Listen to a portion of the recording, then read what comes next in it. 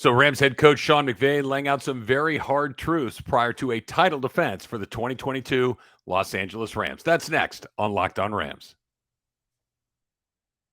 You are Locked On Rams, your daily Los Angeles Rams podcast. Part of the Locked On Podcast Network, your team every day.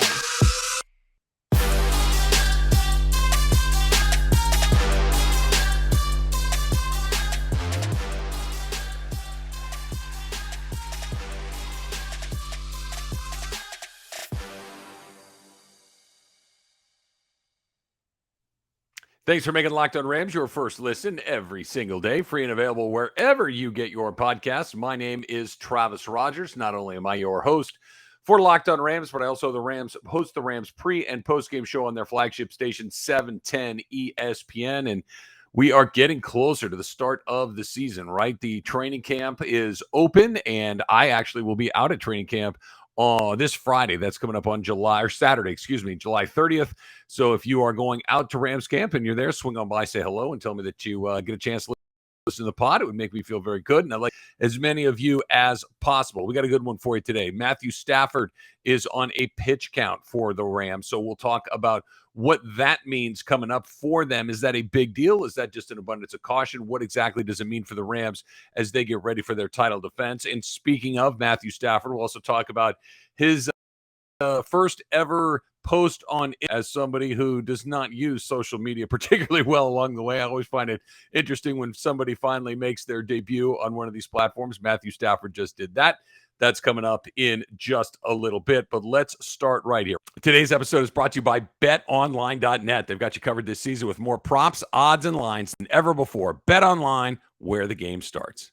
Well, let's start with this, actually. Why don't you click that subscribe button in your podcast feed so you get the podcast every single day. When you're done with that, why don't you click the subscribe button in the Locked On Rams YouTube channel as well. That's a good way to check out the pod. If, in fact, you're not out and about, you don't get your laptop going, it's a good way to do it there also. Okay, so Sean McVay is talking, as all the coaches in the NFL are doing right about this time of year, about what their expectations are for the season, about what, if everything goes well, what can they achieve? Is it a division title? Is it a playoff berth? Is it a run? You know, all the things that all 32 teams in the league are doing right now. Sean McVay is no different than any of the other guys, with one obviously notable exception, and that is the Rams are the defending Super Bowl champions. The Rams are the team that everyone else is chasing coming into this season. It's only one team every year, right? No, this is the burden that the Rams will have to share amongst themselves. This is not something that anyone else is dealing with this season. And Sean McVay said something that I thought was particularly interesting about them winning a championship last year and how that connects to this year. And what he said was, so many things have to go right. We could be a better team this year, and I think we've got a chance to do that, and it might not mean we win a Super Bowl because there's a lot of things that take place throughout the course of a game, the bounce of a ball here, certain things that are out of your control. Nothing is more true, right? That of all the things that the Rams are going to have to deal with, of all the things that they have control over, the things that determine whether or not you win a Super Bowl are probably things that don't fall into those categories, right? Whether or not they win a Super Bowl has a lot more to do with, I don't want to call it luck, because luck implies just some sort of whimsy that you have nothing to do with. I think it's good fortune that you're able to take advantage of. But let's just kind of go through this. Let's say that their health, which is obviously the biggest wild card for every team in the NFL, but let's just say that their health is the same as it was a year ago, which means relative to the league, they probably were a little bit more fortunate than most. Okay. Number one, there's no guarantee that that will be true. And number two, you know, it is what it is. Everybody has to deal with it. It can't really be to your quarterback. It can't really be to your number one defensive player, Aaron Donald. But the rest of it is just kind of life in the NFL. Put that aside for a second. Let's talk about what went right for the Rams last year. And I'm not talking about the regular season. I'm not talking about the acquisition of Matthew Stafford or OBJ or Von Miller or any things they did during the regular season to make this team better. I'm just talking about just in the postseason, because here's the bottom line.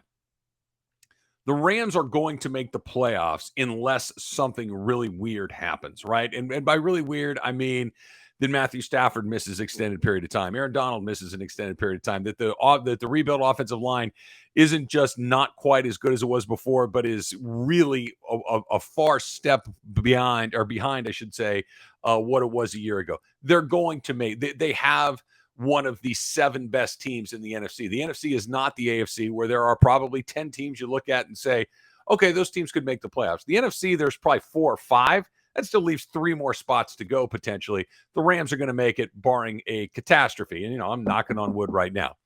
But let's just talk about once they get in. And this is what I think Sean McVay was getting at. Let's start with just the draw that they got. Let's go back to that last game of the regular season where the Rams weren't able to beat San Francisco. Instead of being the number 2 seed in the NFC and having the playoffs go through SoFi Stadium other than a potential NFC matchup in Green Bay, now you lose. Now you're the number 4 seed. Now you get one playoff game at home. But because it breaks the way that it does, you get to play the Arizona Cardinals. There is no better team in the league than the Arizona Cardinals for the Rams to match up with. That's one. They go and they smoke Arizona in their game. It's the only playoff game they had where there really wasn't. There were very few moments of drama where we think, oh, is this going to go this way? Is this going to go that way? They go to play Tampa in the divisional round. Now they get off to a big lead, and it felt kind of similar to that Arizona game where you think that they're maybe going to run away with it a little bit. Only that's not what happened. That Tampa makes that big comeback. The Rams have a couple of big turnovers, and here's where good fortune, here's where breaks come in. Here's that bounce of the football that we're talking about. Cooper Kupp does the love of the game route down the middle of the field, catches a long pass, they kick a field goal, and they win the game. That is a play that is never, ever, ever open. Only it was. And it was open not just because it was the 1 in a million times that it actually breaks open, but Cooper Kupp ran it exactly the way that he's supposed to. Matthew Stafford threw it exactly the way that he's supposed to. It was a perfect throw. The ball was caught. The Rams executed everything exactly the way that you're supposed to. Good fortune, number 1. Then later that same day, or maybe it was the next day, I forget the lay of the events, the Green Bay Packers spit the bit at home. San Francisco goes up into Green Bay, the place where it's kind of been a black hole for the Rams. The Rams have not had any success in Green Bay in recent history. And San Francisco goes into the snow, and they win a game, I think, 0 to -1. That's certainly what it felt like. Green Bay goes right down the field, scores a touchdown. That was it. They block a punt. Jimmy Garoppolo completes 2 or 3 passes. And San Francisco, who was not as good of a team as Green Bay, wins the game. So now, instead of having to go to Green Bay in a situation in the NFC Championship game, being a second consecutive playoff game on the road, they're coming back to SoFi Stadium to take on a team in San Francisco who they haven't had a lot of success with, but they're very familiar with. If nothing else, you know what you got to do. That's good fortune, number 3. Number 4, let's go back into the middle of that game. The Rams are trailing. The Rams are getting to that point where, hey, if this is going to happen, it needs to happen right now, right? We're into the second half, and we're getting San Francisco's playing well. The Rams are playing well. It's a good, tight football game. And Matthew Stafford throws a pass that was probably the worst pass he threw in the entire postseason. Jaquiski Tartt is waiting there. Here comes the ball. It's right in his hands, and he drops it. And the Rams stay alive, and we all know what happens after that. The Rams win the NFC Championship game. The Rams go to the Super Bowl. That's good piece of fortune, number 4. Number 5 is basically everything that happened in the second half. The Rams are behind. They need everybody in the building knows that they're going to Cooper Kupp, and they do it over and over and over again. They get some calls. The Cooper Kupp gets his bell rung in the back of the end zone. He doesn't get knocked out of the game. He stays in the game. He catches the winning touchdown pass. All of these things that you needed to have break exactly right. I think that's what he's talking about. It's not that, oh, hey, we're not going to be able to replace Andrew Whitworth, or we lost Austin Corbett and he's gone, or whatever, Darius Williams. Okay, but no. It's those moments where it could go either way. It could go for you or it could go against you. And it's not that anybody does it right or wrong. It's just you need to catch a break. I don't care if it's the World Series or the NBA Finals or the Super Bowl. You have to catch some breaks along the way, and the Rams did. The Rams were able to not just get the break, but then jump on the break. What if 1 or 2 of those things go the other way? What if Jaquiski Tartt catches that ball? What are we talking about? We're talking about a very good team with Aaron Donald, with Matthew Stafford, with Cooper Kupp, with all these guys, and we're thinking, no, they just can't find a way to get past San Francisco. You have to get fortunate at one point or another. And I think that's exactly what the Rams or what Sean McVay was talking about. And I think that's exactly what we should be hoping goes their way. Aaron Donald's going to play great. Matthew Stafford, Cooper Kupp, they're going to play great. But can you catch that break when you need to catch a break? Think about the call that they got against the Saints a couple of years ago in Super Bowl 53. Tommy Lee Lewis is going out, and here comes Nickel Roby-Coleman. And, well, I think we can say it now. Not a great call, right? Goes the Rams' way. They go to the Super Bowl. Greg Zuerlein kicks 2 500-yard field goals, and they end up winning the game in overtime. You got to be fortunate. It doesn't mean that you're better. It doesn't mean that you're worse. It means that you were less fortunate, and that's something that all 32 teams in this league need to deal with on a regular basis. Okay, Matthew Stafford is in Instagram. In his first post, not too bad. Not too bad at all. But first, let's talk about BetOnline.net, the fastest and easiest way to check in on all your betting needs. Find all your favorite sports and events at the #1 online source for odds, line, and games. Find reviews and news for every league, including Major League Baseball, NFL, the NBA. Speaking of the NBA, here's some numbers for you. The Celtics are now minus 200 to get Kevin Durant, right? If he's not on the Nets, where's he most likely to go? The Celtics are the leader at minus 200. If you're out here in LA like me, you're thinking, where are the Lakers on this list? Plus 1,800. Good luck, Laker fans. I don't think that that's the landing spot. Perhaps even more depressing than that, Golden State is number 2 on the list at plus 350. But all of those numbers are available for you at BetOnline.net. Head over to betonline.net today or use your mobile device to learn more about the action happening right now. BetOnline, where the game starts. So Rams quarterback Matthew Stafford is now on Instagram. Okay, I think I can say this. This is not a world that I follow particularly closely. This is not a world that, quite honestly, I have a ton of interest in beyond a way to get some information out to people about my podcast and my radio show and things like that. I don't really have a ton of interest in this, but so what? What I care about is not really necessarily the only thing that matters.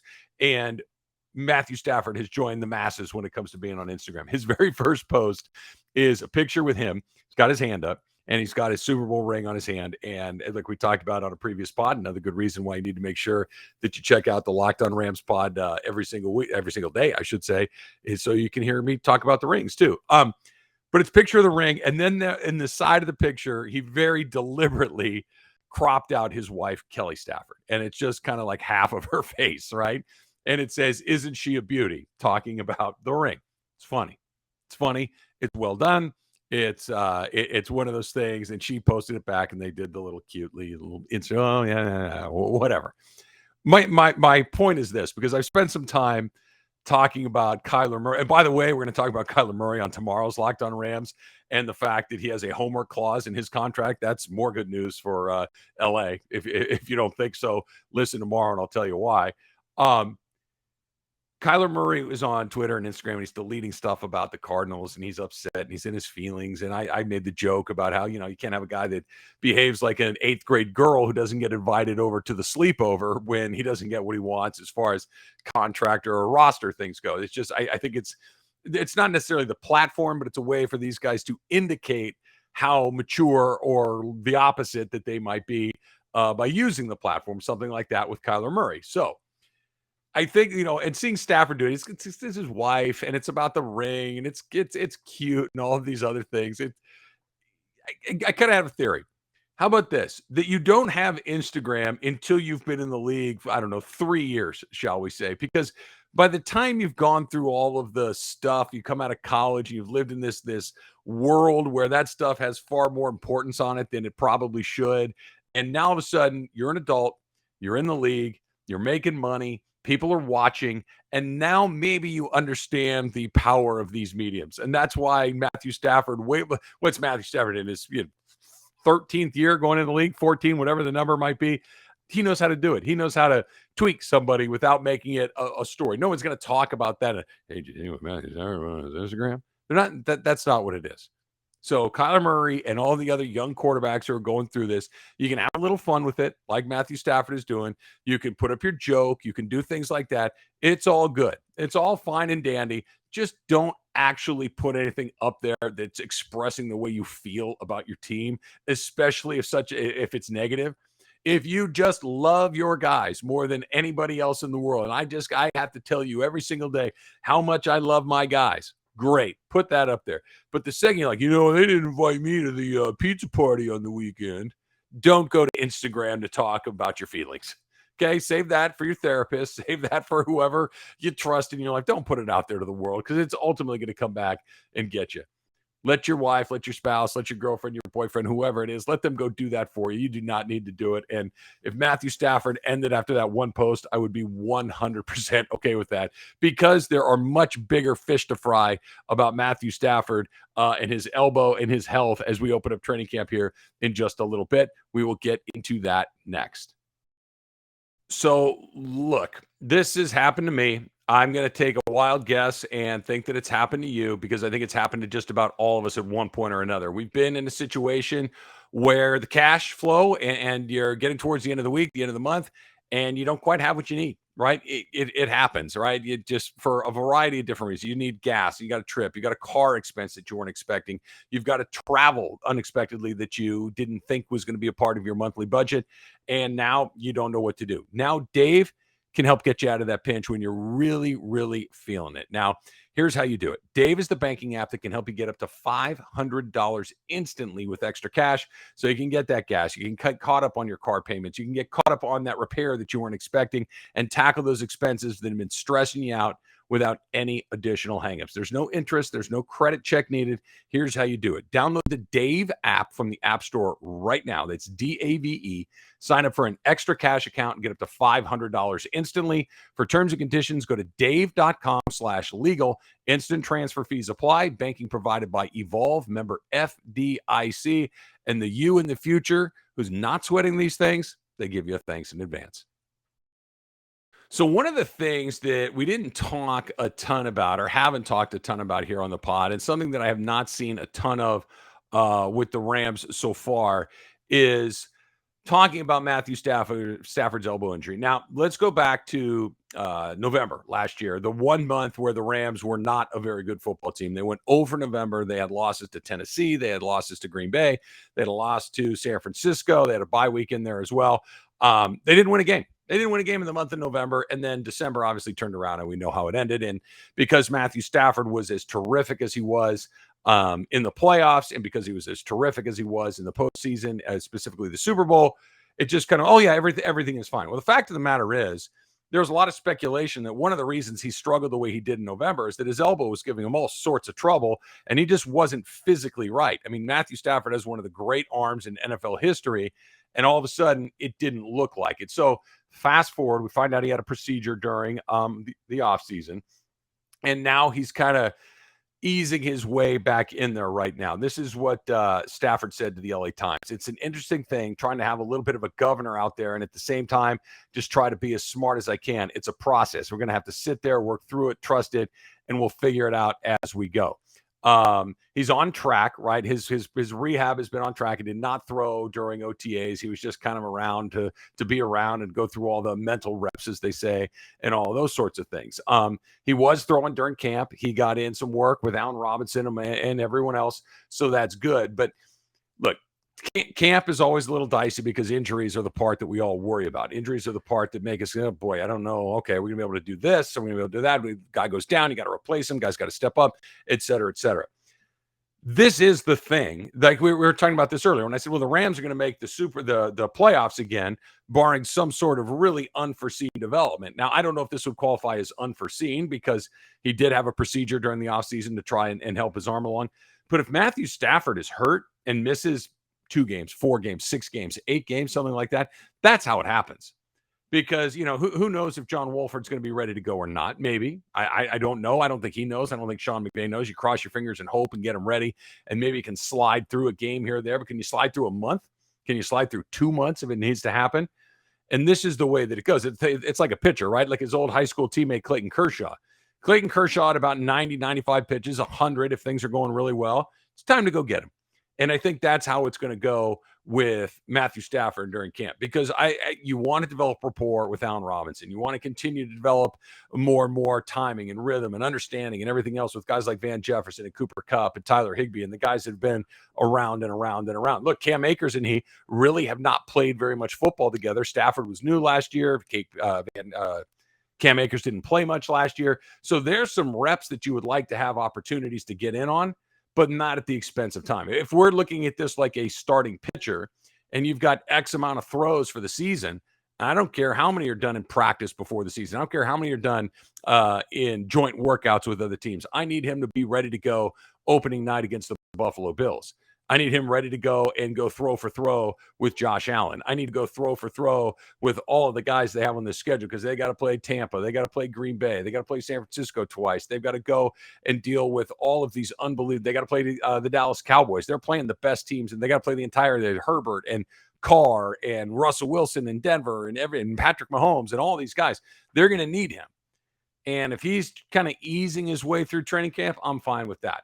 As long as that ball's coming out of his hand on opening night and it looks like a Matthew, as long as we can do that no-look pass and the ball still has, it doesn't even have to be completed necessarily. It'd be nice if it was.